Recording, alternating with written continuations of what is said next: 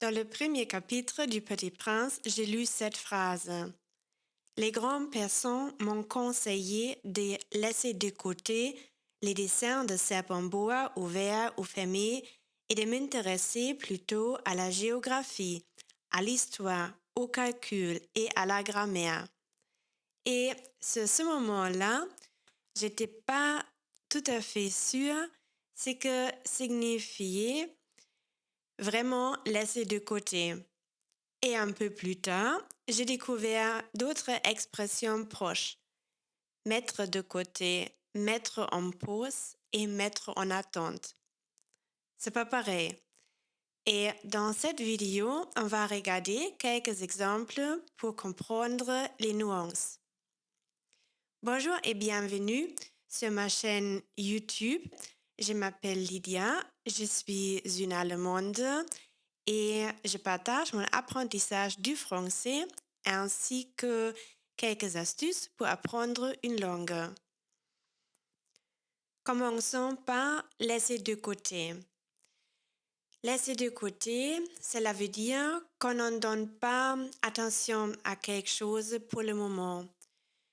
On n'en donne pas la priorité temporairement. Cela peut être une idée, des pensées, une tâche ou un projet. On décide consciemment quand on ne fait pas cette chose. C'est pas oublié, mais c'est pas planifié. On ne sait donc pas quand on va le faire. Quelques exemples. Je voulais finir la vaisselle maintenant. Laisse ça de côté, viens t'asseoir un moment. Elle voulait finir la vaisselle et son mari propose de laisser celle-là de côté pour se reposer un moment. Ah, je laisse le repassage de côté aujourd'hui, peut-être plus tard. Donc, elle laisse le repassage de côté parce que pour le moment, elle préfère de lire un livre. Au bureau, on avance sur ce dossier. Non, on le laisse de côté jusqu'à ce que le client réponde. Les deux collègues vont avancer sur ce dossier quand ils auront les informations nécessaires du client. Mettre de côté. Mettre de côté implique que tu gardes quelque chose, que tu réserves ou économises quelque chose physiquement, car ça sera toujours utile pour toi.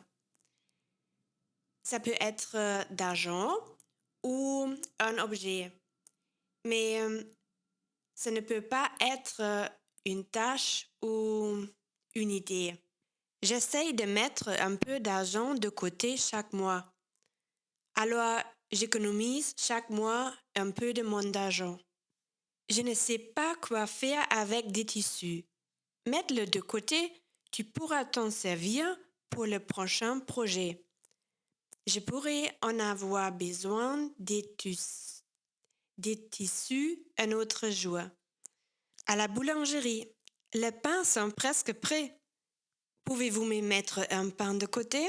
Je passe dans 10 minutes. Le boulanger va mettre un pain de côté sur elle parce que la dame va revenir.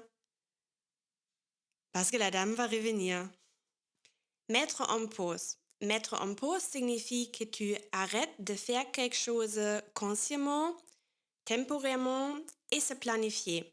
On regarde le film maintenant. Mettons-le en pause.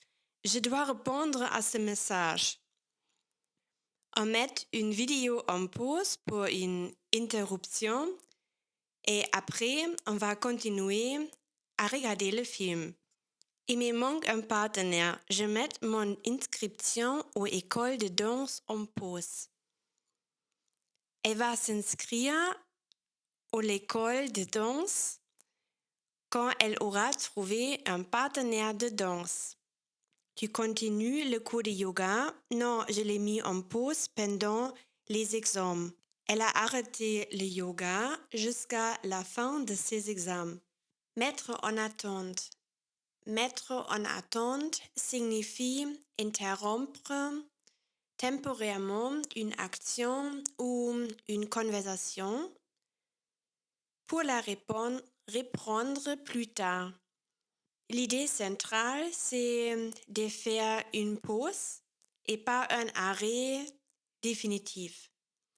Mais ne le confondons pas avec mettre en pause. L'expression mettre en attente, ou on applique l'expression mettre en attente seulement dans les cas professionnels ou institutionnels. Tu probablement connais la situation suivante. Ne quittez pas, je vous mets en attente quelques instants. D'accord, merci. On utilise souvent au téléphone quand on demande à quelqu'un à patienter. Tu as eu une réponse pour ton poste? Oui, la candidature a été mise en attente jusqu'à février. La femme a posé sa candidature pour un boulot et elle doit patienter. Eh bien, c'était tout pour aujourd'hui. C'était seulement 4 expressions et peut-être tu penses, oui, mais c'est un peu compliqué, comment je peux me souvenir en parlant? Et moi, j'ai le même problème, mais peut-être c'est pas nécessaire. Je pense aux hypothèses du professeur Stephen Krashen et les hypothèses disent qu'il faut seulement s'immerger et savourer dans la langue ou s'immerger dans la langue et la savourer. Et notre cerveau va faire le reste automatiquement. Et c'est pourquoi je veux terminer cette vidéo avec un message à toi. Je ne sais pas quoi apprendre en priorité pour améliorer mon français. Professeur Krashen dit qu'on peut laisser la grammaire de côté au début. Pourquoi tu n'écoutes pas des podcasts ou tu lis des trucs qui t'intéressent? Je suis très contente que tu es toujours là et je te souhaite une très bonne journée et à la prochaine. Au revoir.